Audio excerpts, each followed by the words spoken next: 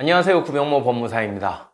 대출을 받은 후에 연체를 하고 있다면 채권자로부터 여러 가지 통지를 받게 되는데요. 대부분이 독촉 통지이지만 예외적으로 채권이 매각되거나 양도가 되었다는 안내 통지문도 받게 됩니다. 독촉 통지의 경우에는 폐기를 해도 상관이 없겠지만 채권 양도나 매각을 이유로 통지가 왔다면 이걸 폐기를 하지 마시고요.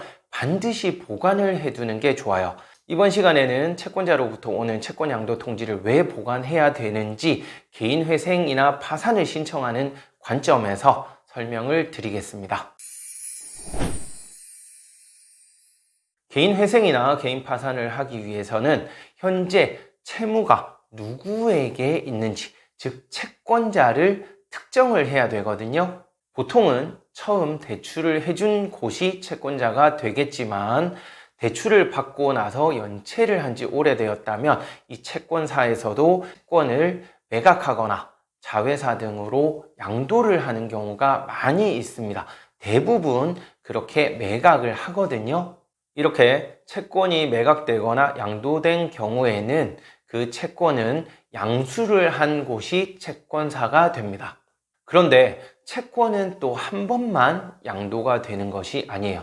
여러 번 양도가 되기도 하거든요. 그러면 채권자가 계속 변동이 있겠죠. 이렇게 채권자가 여러 번 변동이 있는 경우에는 그 통지서를 전부 폐기를 해버리게 되면 현재 누구에게 이 채권이 넘어갔는지 확인을 하기 어려운 그러한 문제가 발생할 수 있어요. 채권이 양도된 경우에는 민법에 의해서 반드시 채권 양도 통지를 채무자에게 하도록 되어 있거든요. 그러니까 통지를 하지 않고 매각을 하거나 양도를 하는 일은 없어요. 그러니까 이 양도 통지서만 잘 보관해 두면 나중에 회생을 하거나 파산을 할 때 현재 누구에게 채권이 넘어가 있는지 쉽게 채권자를 특정할 수가 있겠죠.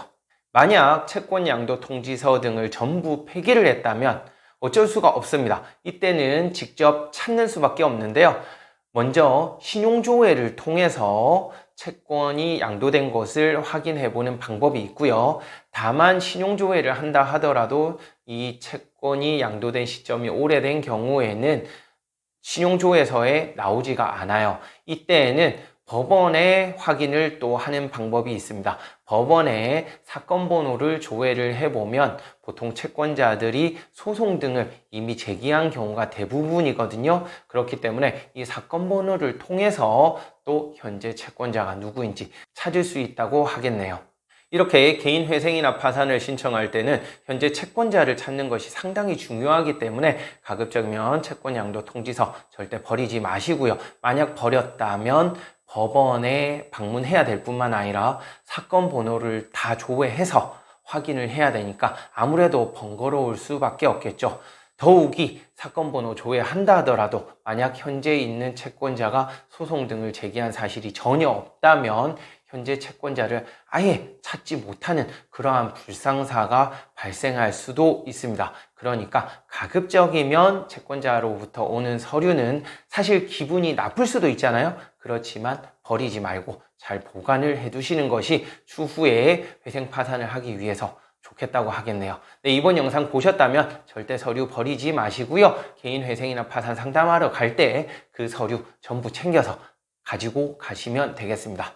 네, 이번 시간에는 채권자로부터 오는 서류를 버리지 말아야 되는 이유에 대해서 설명드렸는데요. 영상 보시고 또 궁금한 사항이 있으시면 위 번호로 언제든지 연락 주시기 바랍니다. 이상 구명모 법무사였습니다. 감사합니다.